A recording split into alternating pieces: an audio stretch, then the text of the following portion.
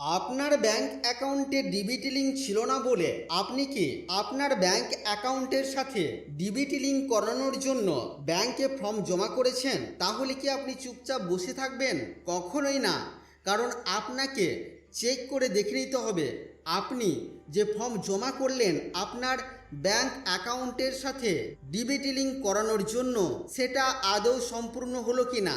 আর যদি না হয়ে থাকে তাহলে কি করবেন?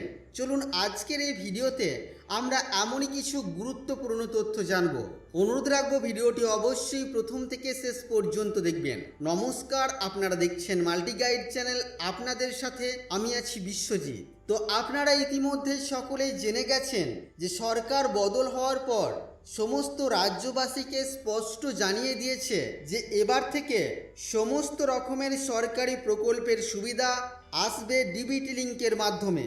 তাই যে সমস্ত উপভোক্তাদের অ্যাকাউন্টে ডিবিটি লিঙ্ক করা নেই তারা এবার থেকে সরকারি প্রকল্পের সুবিধা নিতে পারবেন না। আর এই কথাটি জানার পর অনেকেই তাদের অ্যাকাউন্ট চেক করিয়েছিলেন এই ডিবিটি লিঙ্কের ওয়েবসাইটে গিয়ে অথবা আধারের এই ওয়েবসাইটে গিয়ে।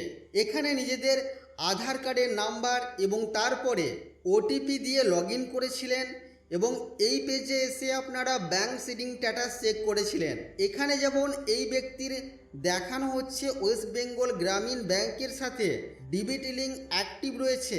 তো অনেকেরই অ্যাক্টিভ ছিল না বা কোনো ব্যাংক অ্যাকাউন্টেই ডিবিটি লিঙ্ক ছিল না, তারা ফর্ম জমা করেছিলেন ব্যাংকে গিয়ে তাদের অ্যাকাউন্টের সাথে ডিবিটি লিঙ্ক করানোর জন্য।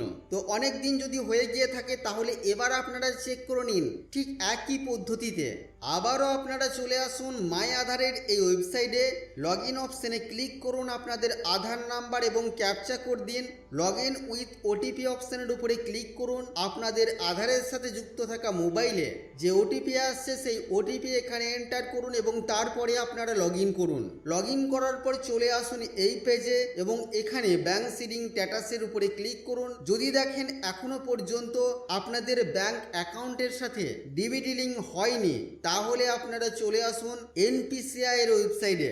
এই ওয়েবসাইটে আসার পর চলে আসুন উপরের মেনু বারে কাস্টমার অপশানে, সেখান থেকে ভারত আধার সিডিং এনাবেলার এই অপশানে ক্লিক করুন। আপনাদের কাছে এই ধরনের পেজ ওপেন হবে। এখানে আপনারা পেজের বাম দিকে আধার সিডিং বা ডিসিডিং অপশানের উপরে ক্লিক করুন। এখানে নিজেদের আধার কার্ডের নাম্বার দিন, সিডিং অপশানটি সিলেক্ট করুন ডিবিটি লিঙ্ক করানোর জন্য। তারপর এখানে ক্লিক করে আপনাদের ব্যাংক সিলেক্ট করুন কোন ব্যাংকে আপনাদের অ্যাকাউন্ট আছে। এবার যদি কোনো ব্যাংক অ্যাকাউন্টে আপনাদের ডিবিটি লিঙ্ক না করা থাকে তাহলে ফ্রেশ সিডিং অপশানের উপরে ক্লিক করুন। যদি আপনাদের একই ব্যাংকের অ্যাকাউন্ট কিন্তু ওই ব্যাংকেরই অন্য অ্যাকাউন্টে আপনি ডিবিটি লিঙ্ক করাতে চাইছেন তাহলে movement same bank with another account অপশানটি সিলেক্ট করুন। যদি আপনার অন্য কোনো ব্যাংক অ্যাকাউন্টে ডিবিটি লিঙ্ক করানো থাকে আর যদি আপনি সেটিকে পরিবর্তন করে অন্য একটি ব্যাংকের অ্যাকাউন্টে লিঙ্ক করাতে চান তাহলে movement from one bank to other bank অপশানটি সিলেক্ট করুন।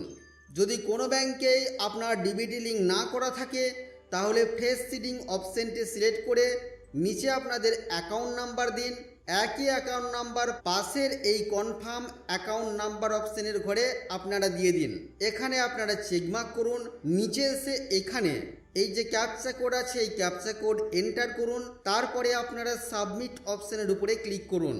সাবমিট অপশানের উপরে ক্লিক করার পর আপনাদের কাছে টার্মস অ্যান্ড কন্ডিশনের একটি পেজ আসবে। এই ধরনের স্ক্রল ডাউন করে পেজের নিচের দিকে চলে আসুন, এগ্রি অ্যান্ড কন্টিনিউ অপশানের উপরে এবার ক্লিক করুন। আপনাদের আধারের সাথে যুক্ত থাকা মোবাইলে এবার ওটিপি আসবে, সেই ওটিপি আপনারা এখানে এন্টার করুন এবং তারপরে আপনারা কনফার্ম অপশানের উপরে ক্লিক করুন।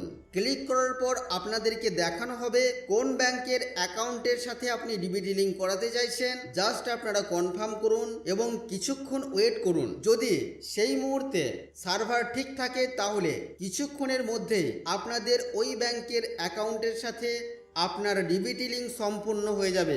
এবার ব্যাংক আপনার অ্যাকাউন্টে কখন ডিবিটি লিঙ্ক করলো কি করলো না সেই বিষয়ে আপনার চিন্তা করার কোনো প্রয়োজন নেই। তো বন্ধুরা, এই ছিল আজকের এই ভিডিও আপনাদের জন্য।